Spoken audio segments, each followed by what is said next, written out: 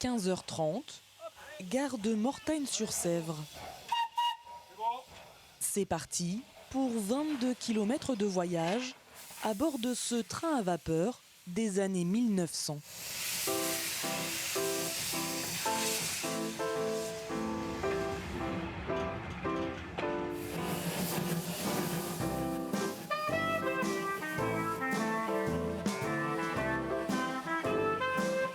Et lancés à 30 km/h, les passagers prennent le temps d'admirer les paysages du Haut-Bocage vendéen. Mais beaucoup ne sont pas venus seulement pour la vue, mais pour s'offrir un voyage dans le temps. Dans les wagons, l'ambiance est à la nostalgie. J'ai été élevée dans une gare, donc j'ai joué dans les wagons. Et puis j'adore, quoi. Je retrouve mon enfance. C'est sympa et c'est important quand même de garder ce système pour faire voir aux enfants, à la génération, que voilà, comment ça se passait à l'époque. Et si les voyageurs peuvent s'offrir ce retour en arrière, c'est grâce à une association. Merci. Le train fonctionne grâce à 70 bénévoles. Bonjour, je vais vous demander vos billets s'il vous plaît.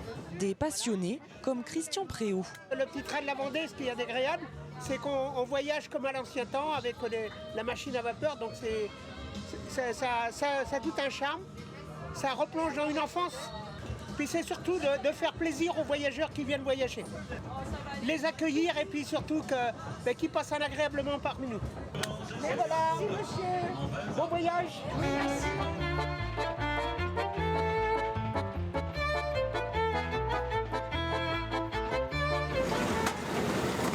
Dans la locomotive, le rythme est nettement plus soutenu.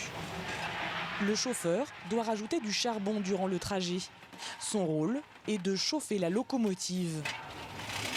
Un travail qui demande une bonne condition physique. C'est du sport, oui. Une semaine avec le train, une semaine de repos derrière. De son côté, le mécanicien pilote la locomotive. Il gère notamment le freinage à l'arrivée en gare des Herbiers. Après 1h15 de conduite, pas question pour autant de se reposer. Les bénévoles doivent entretenir la machine. À l'arrêt des Herbiers, on est obligé de refaire de l'eau parce qu'on a consommé plus de la moitié de l'eau contenue dans les citernes. Ici, on met à peu près 4 mètres cubes, donc 4000, 5000 litres d'eau à peu près.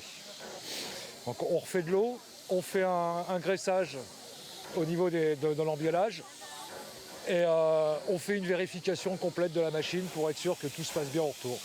Les petites machines comme ça, bon, faut vérifier assez souvent. Mais bon, s'il n'y a pas d'huile, c'est fichu. En plus de ces wagons autrichiens restaurés dans les années 60, l'association des chemins de fer de la Vendée est propriétaire de plusieurs voitures de l'Orient Express. Durant la saison estivale, elle propose dans ses mythiques wagons une formule déjeuner où le voyageur est replongé dans l'ambiance des années 30.